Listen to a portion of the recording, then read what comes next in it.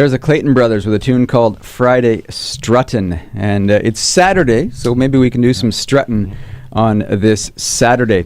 And I mentioned that the Clayton Brothers are in town to perform as part of the Izzy Asper Jazz Performance Series. They are doing a show tonight, and they're doing 2 tomorrow at the Bernie Theatre at the Rady JCC. For information and tickets, go to izzyasperjazz.com. Well, let me tell you a bit about these guys. They've been around for a few decades. Yeah, they'll probably correct me on that as they're rolling their eyes. They were formed, 2 brothers. You got Jeff Clayton and John Clayton, saxophone and bass. And according to Jeff, some 30 years ago, they decided that maybe they'd get together and do some things together because they both had their own careers, and it's turned out into a great, fun thing for them.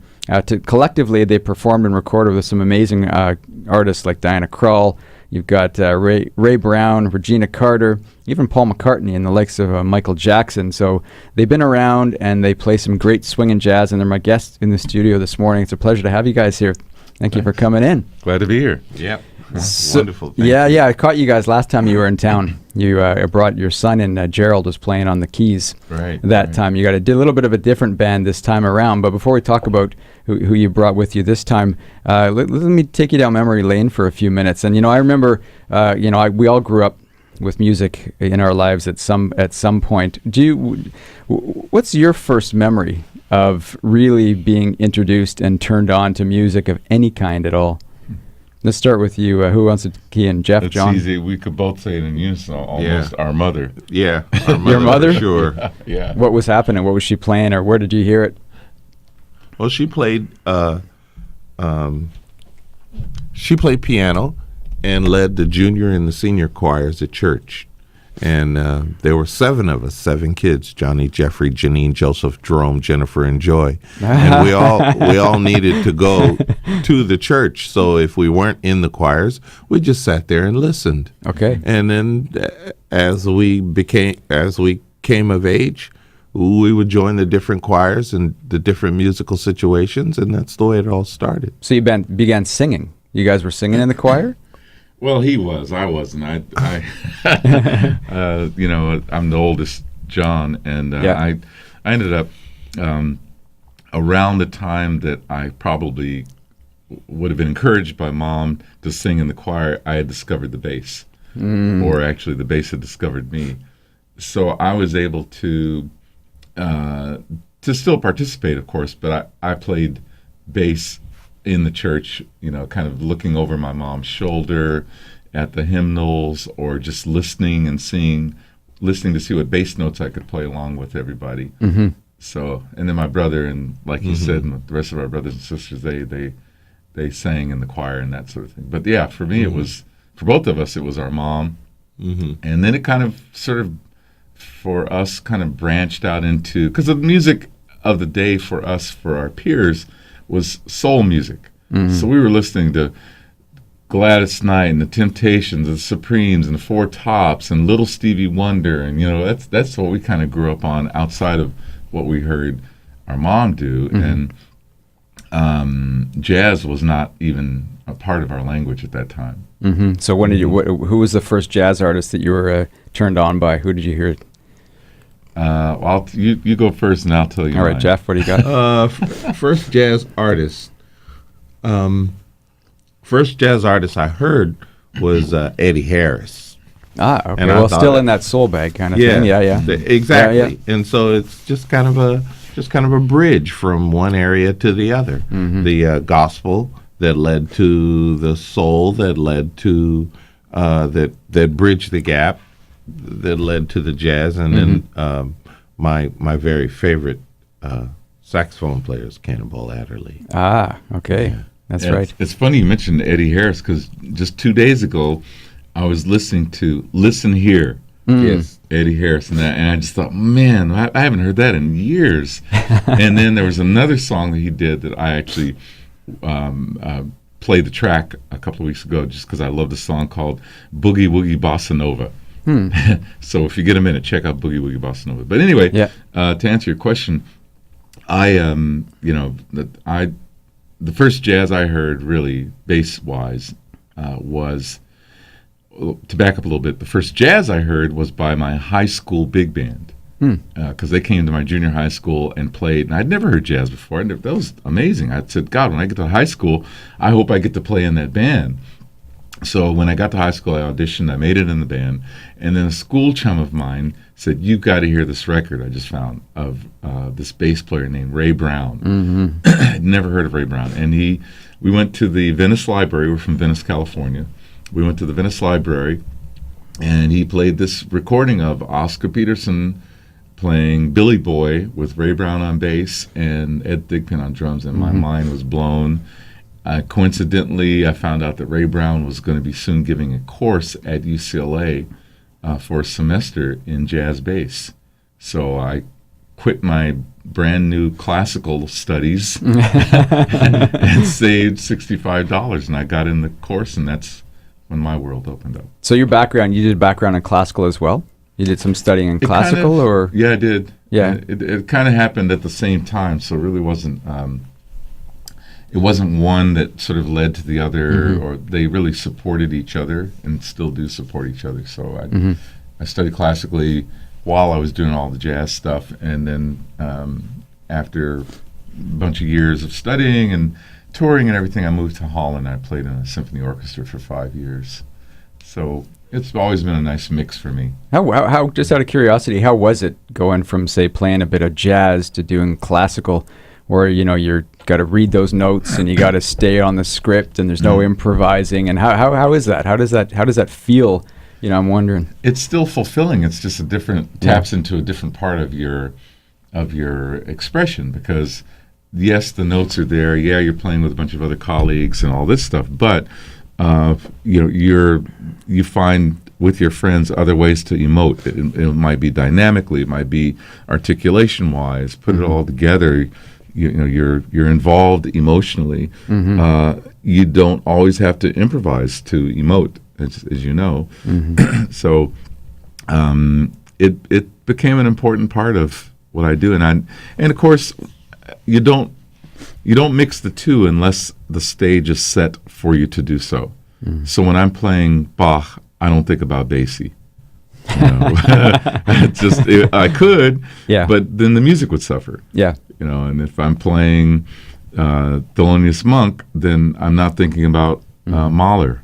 You know, again, you could, but it's going to take it in a whole. Exactly. Yeah. And perhaps the music would suffer as a result of that. It could be interesting on the one hand, but on the other hand, the maestro might not like it. Yeah, that's right. And that's not what we're in the agreeing. back there, what are you doing? I'm doing my thing, man. Mahler wouldn't mind. Do it over there. Do it over there, yeah. I'm in conversation with the Clayton Brothers. We're talking with John and Jeff Clayton. Jeff, let me ask you, John, he was saying that he got out of singing. He didn't have to do the singing, and you did some singing. When did you first find the saxophone? I did the singing begrudgingly, actually. I appreciate it, and I started on clarinet in elementary school, and everything was okay. And then I realized that there was a saxophone, and it was so exciting. And I practiced, and I brought it. I asked my mother if I could bring my saxophone to church, and she said, "No, you cannot bring that thing in here." So the bass was allowed. The bass was allowed. It wasn't a sinful instrument, but mine. Excellent taste. But mine was not allowed. I didn't get it. But I just sang in the choir. And you probably still don't get it. Well, no, I actually get it now because she's changed. Okay. And she's decided that, no, the sins weren't created by the saxophone itself. Yeah, it was the person that was holding it. Yeah. Amen. So now that she has some clarity, I go to church and I play every Sunday. You do? At my mother's church. Look at that. And in Venice, California. And it's a wonderful band. And other instruments have cropped up in gospel music now, too. So there's an electric bass, and there are all sorts of keyboards, and there's a guitar, and there's a set of drums, and it's the music has changed. Oh, absolutely. Yeah, it's progressed. Huh? It's progressed and evolved. Oh, for sure. No kidding. So let me just talk briefly about some of these some of your experiences in the past. We can start with you, Jeff. You got the microphone over there. Tell me about some of the artists that you've in the past that you've performed with that really stand out in your memory. Well, people you've learned from, or people that sure. It looks like, I don't know what to say really. It looks like we've done a lot of things, but we're in an area where there were a lot of things going on. So yes, there was a lot of pop music, and I was a part of it. And yes, there was a lot of studio music at the time, and I was a part of that. And yes, I started with gospel and jazz, and then the other musics were just more beautiful music. Yeah.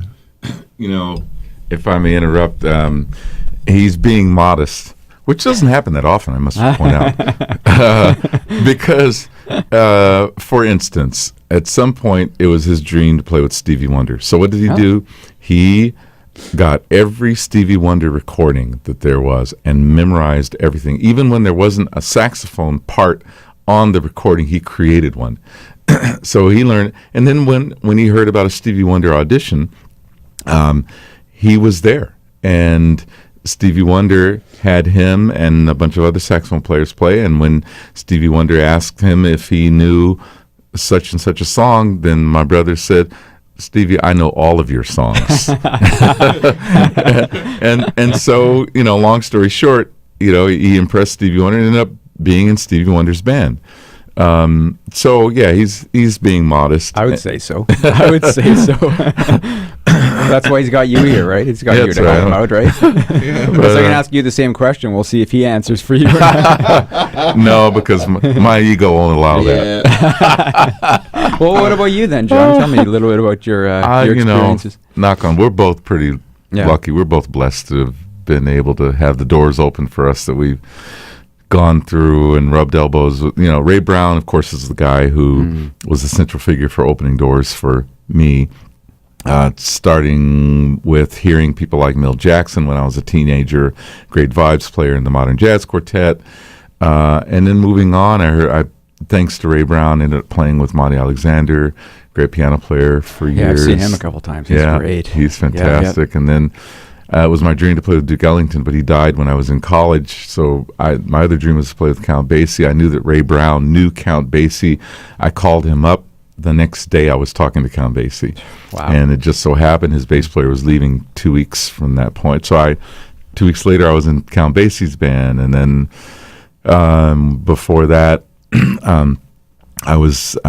asked me to take his place and accept a job playing on Henry Mancini's TV show. So I was in Henry Mancini's TV show when I was 19 years old, but then also toured with Henry Mancini's traveling orchestra while I was in college to pay my bills. And, Diana Krall ended up studying with Jeff Hamilton and me and Alan Broadbent and Jimmy Rolls. She moved to L.A. for that purpose, and we both laugh at the fact that she was also our babysitter back then. But so she came to the table sort of turned. She ended up no longer being the student, but then ended up being the employer. And she also opened the doors. It's really, if I can just say, a lot of students that I work with are a bit confused and honestly misled by this idea that you need a network in the music business, and that's so wrong. We don't network. What we do is too personal. And if you were to imagine that someone was going to network you or use you as a stepping stone to allow them to move up in their career, that feels dirty, that feels wrong, it feels strange, to be used that way.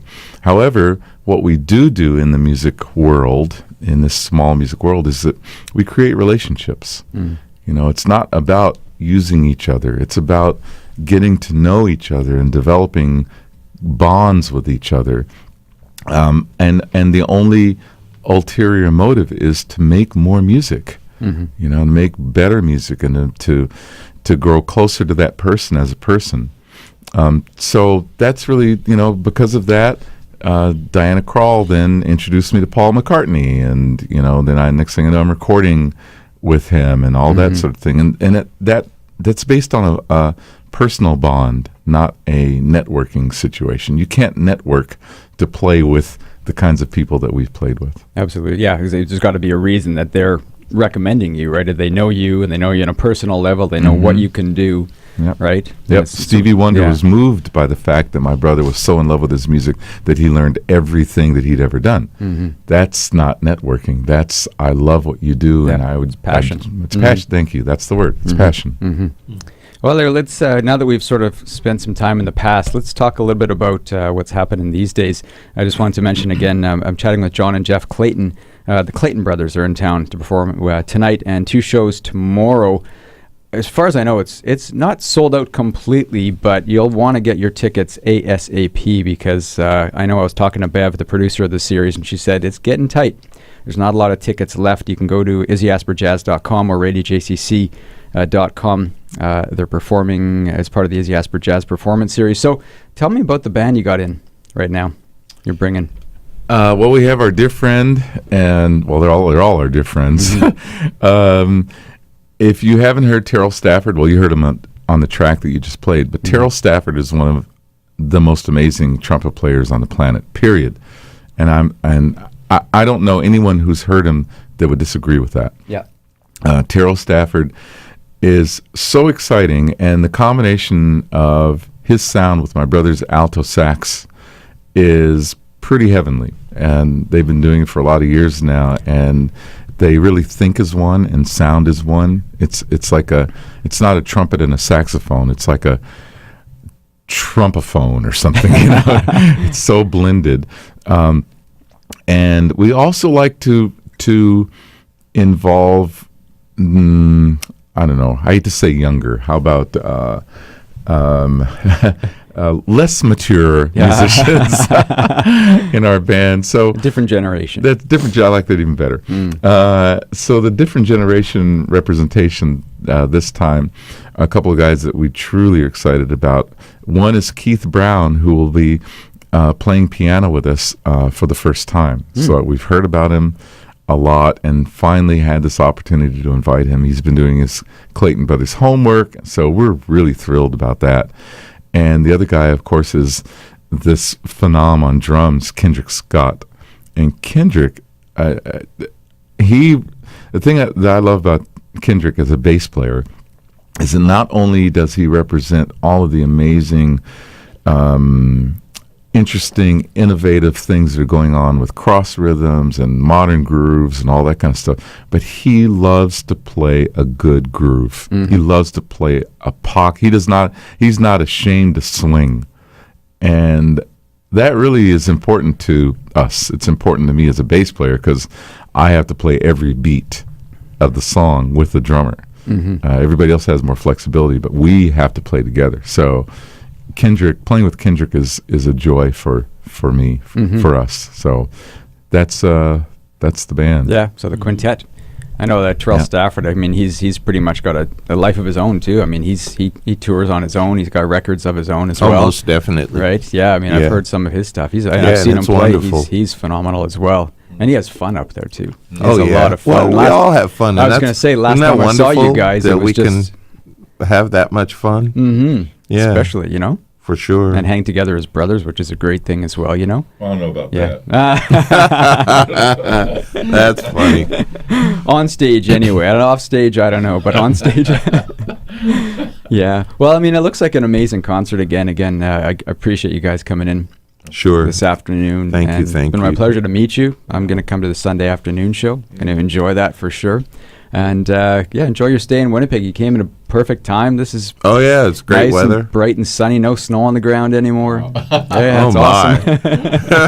Well, you're coming from LA, right? So I know my brother's down there in LA right now. He sent me some pictures. He's sitting out on a patio having a little drink there, and he's enjoying his time. And I said, okay, he's twisting the knife, is he? Absolutely. You're going to send him a similar picture now. Now I can. That's right. Yeah, We're going to send really him a picture with us, Yeah. and I'll be even more jealous. So again, that's the Clayton Brothers. I've been in conversation with John on bass, and Jeff plays the saxophone, and they're bringing their trio as well along with them for a Clayton Brothers quintet. It's going to swing. Actually, the concert is called the Masters of Swing. Tonight, tomorrow afternoon, and tomorrow evening. Izzy Asper Jazz Performance Series. Go to radyjcc.com and izzyasperjazz.com as well for more information and tickets.